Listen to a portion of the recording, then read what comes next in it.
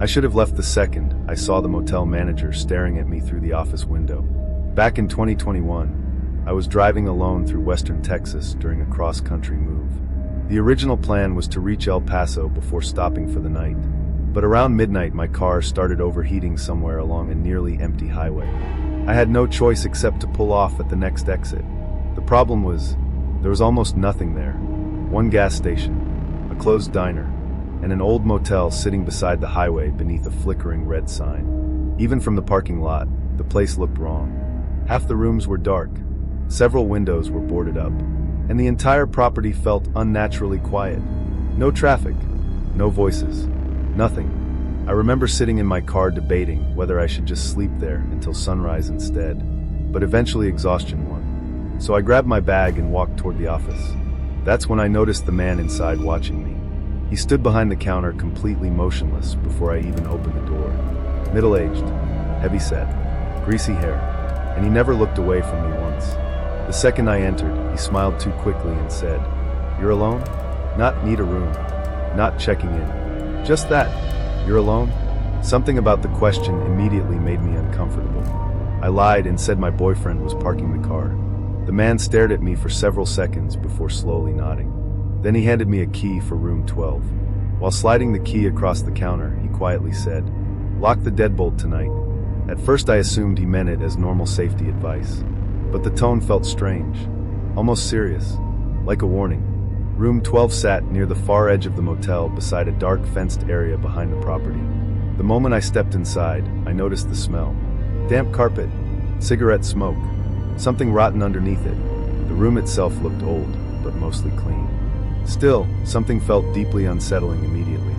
The bathroom mirror had cracks running through it. The curtains were partially torn, and one lamp kept flickering randomly beside the bed. I locked the door instantly, then checked it again twice. Around 1 a.m., I finally started drifting towards sleep when I heard footsteps outside. Slow footsteps walking past the room, then stopping, directly outside my door. I stayed completely still listening. Then came a soft knock. 3 slow taps. I ignored it. A few seconds later another knock came. Then a male voice quietly said, "Maintenance." At 1 a.m., every instinct in my body immediately screamed not to answer. I stayed silent. The voice outside waited several seconds before speaking again. "You left your headlights on." I almost responded automatically. Then I remembered something terrifying. I'd specifically turned the headlights off before entering the motel. The voice outside suddenly sounded irritated. "Open the door." Not asking anymore. Demanding. I backed away from the entrance and grabbed my phone. No signal. Not even one bar. Then I heard something metallic outside, like keys jingling. And suddenly, the doorknob slowly turned. My entire body locked up. The knob kept moving back and forth quietly, then stopped. Silence followed for maybe 20 seconds. And then whoever stood outside whispered, "I know you're awake." I called 911 anyway despite no signal, hoping somehow the call would connect. Nothing. Then footsteps moved away from the room. At first I felt relief, until I heard the footsteps beside the window instead. The curtains near the bed shifted slightly. Someone outside touched them.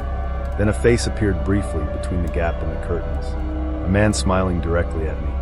I screamed instantly. The face disappeared, and footsteps ran toward the back of the motel.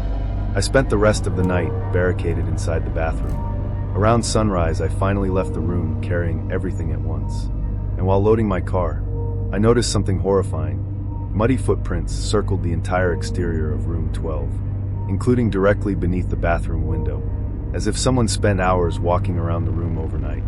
But the creepiest part happened inside the office while checking out. The motel manager looked at me calmly and asked, "They bothered you too?" I asked what he meant. The man stared toward the parking lot and quietly said, "You shouldn't stop here alone."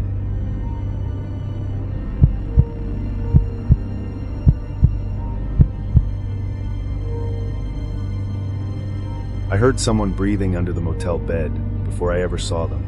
Back in 2018, my friend Jenna and I were driving through Louisiana after visiting New Orleans during summer break. We'd been on the road nearly 10 hours when heavy rain forced us to stop for the night near Baton Rouge. The motel we found looked cheap, but normal enough. At least at first. The woman at the front desk barely spoke while checking us in. and when she handed over the room key, she quietly asked, "Only two of you?" Jenna laughed awkwardly and said yes.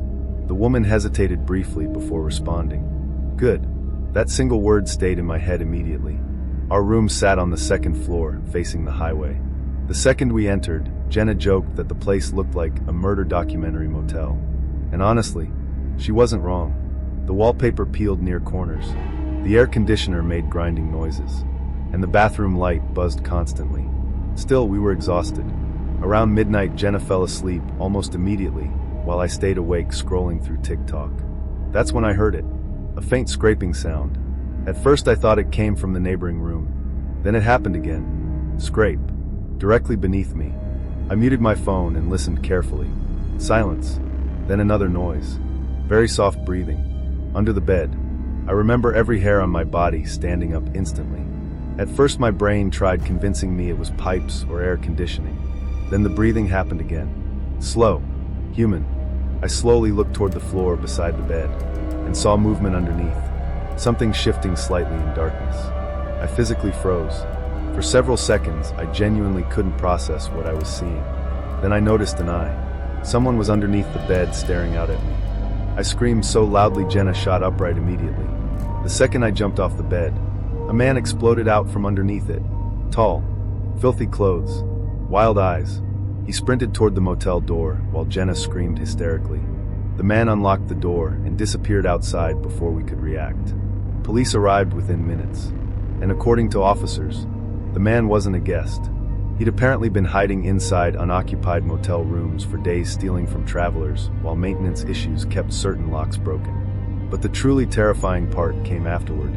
The officers searched beneath the bed completely, and discovered food wrappers, water bottles, and a backpack, meaning the man had likely been under that bed long before we checked into the room, possibly watching us while we unpacked. To this day, I still check underneath motel beds every single time I travel.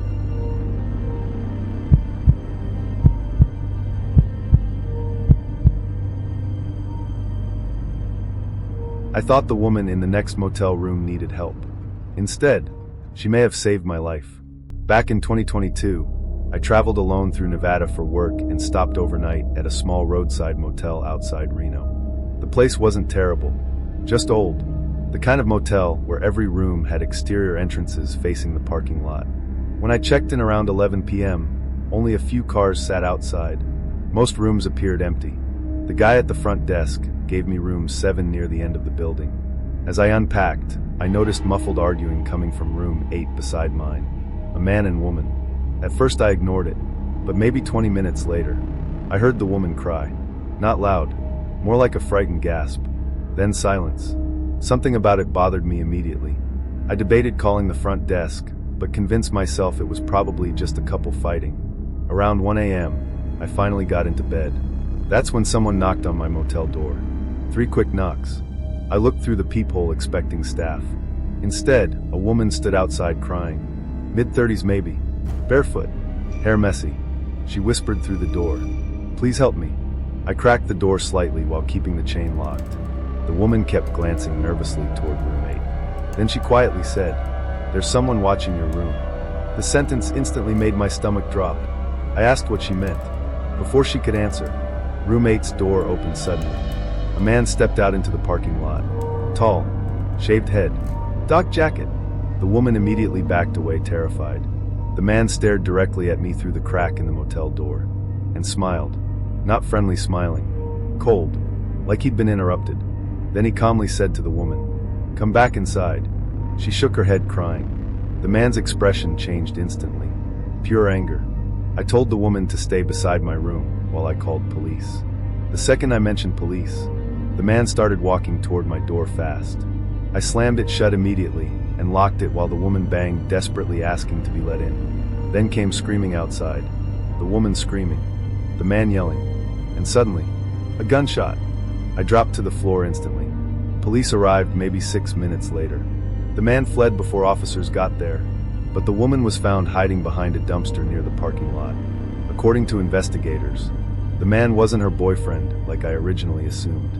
He'd kidnapped her 2 days earlier from another state. And the creepiest part, Police believed he'd been watching my motel room specifically because he originally intended to force his way inside after seeing I was alone. The woman only knocked on my door because she overheard him talking about it inside room 8. She wasn't trying to get help for herself. She was trying to warn me.